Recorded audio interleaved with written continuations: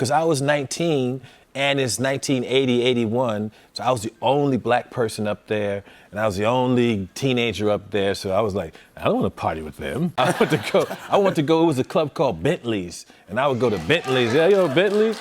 I would go to Bentley's. I would be at Bentley's. Bentley's? Yeah, that was a hot spot back in the 80s. Really? Yeah, I would go there, and I went to an after party once because Johnny Cash hosted. And Johnny Cash said to me, when they were talking about the party, he said, "You coming to the party, Eddie?" I said, "I don't know." He said, "Because June and I sure do love you." Oh my God. So I went and I hung out with Johnny Cash. That's the one party I went to.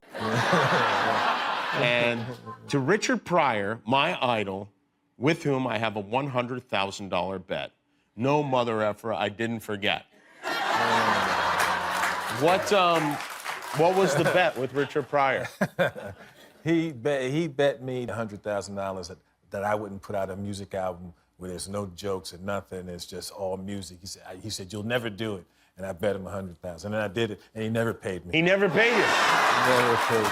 Did you ask for the money? I never brought it up. We did a movie. We did Harlem Nights afterwards. I never said anything. But he owed you.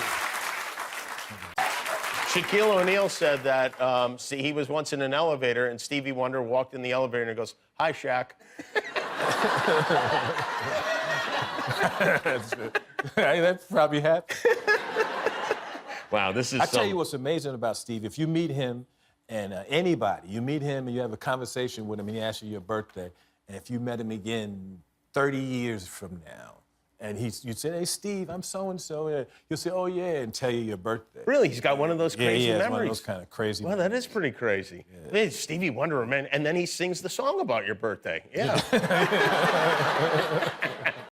makes no sense. I went to go see him, and he was backstage. He had curls in his head, and he said, "Turn." I said, "Eddie Murphy."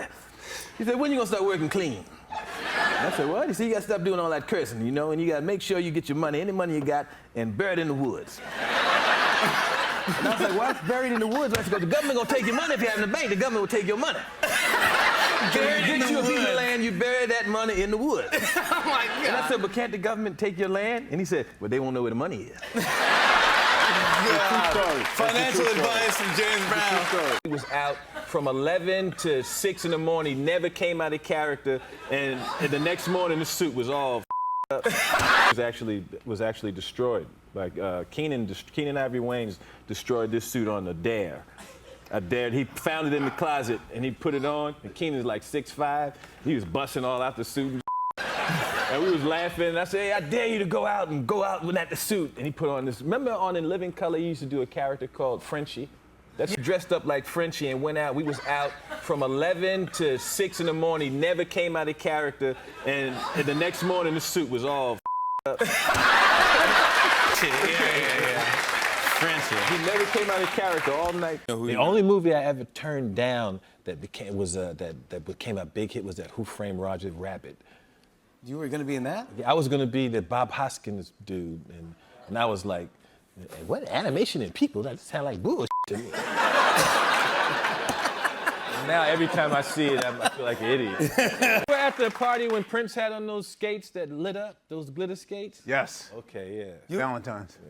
Yeah, he had on glitters. We went to a party. Prince had a roller skating party. I heard about the story. It was like 2 or 3 in the morning, and we're at his house. And Prince goes, "Who wants to go roller skating?" Went to this roller rink at like 3 in the morning. He had you know how some sneakers they would have when you walk, they would light up? Yeah. He had skates that when he skated, they would light up. And So it's a dark skating. it You was just dark, see and he Prince said skating around? yeah. No way. Questlove, you were there too? Yeah. It was just you, me, Larry Graham, and It was a couple of people scattered around. yeah. That's bizarre. Yeah. I mean, can you... It was surreal. Hey, I heard you never go to Arsenio's house. Is that true? I've never been to his house. You've never been to Arsenio's Been to house? his house once in 40 years. How many times has he been to your house? Just a random guess. He was at the house the other day. Like thousands of times? Thousands of times. He's very mysterious. We actually call him Mysterios. He's mysterious. He doesn't want you at his house? No, he's just mysterious. Arsenio pops up, and then you'll be like, he's around, and be, "Hey, where'd Arsenio go?" Oh, he left. He doesn't say goodbye. He just pops in and pops out. Very mysterious. Do me a man. favor on the way home. Just stop by and pound on the door and give him a real scare. I don't know where his house is. I actually went on a date with Lola Falana. You did? Wait a minute. He was quite a bit older Oh than yeah, you. I was maybe 20, 21, and she was a little older. It was a completely surreal night. And you know what? I ate dinner with her, and then her cook came out, and the cook was the guy that played Bookman on Good Times. No way. Johnny Brown came out of the kitchen. No, that's just, she was, oh yeah, he loves to cook. And Johnny Brown cooked the dinner. I had dinner with Lola Falana. And it was one of the most surreal moments. That must have been like a sitcom entrance when Bookman comes in.